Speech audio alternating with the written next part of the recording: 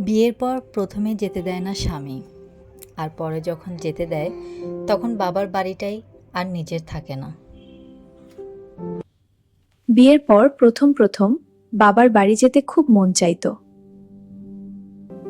এখন না, পরে যেও। কিন্তু সবসময় যাওয়া হতো না।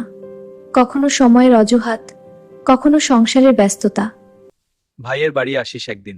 আচ্ছা ভাইয়া, আসবো। মা, আমি রেডি। তারপর একদিন যাওয়ার অনুমতি মিলল ঠিকই, কিন্তু ততদিনে অনেক কিছু বদলে গেছে।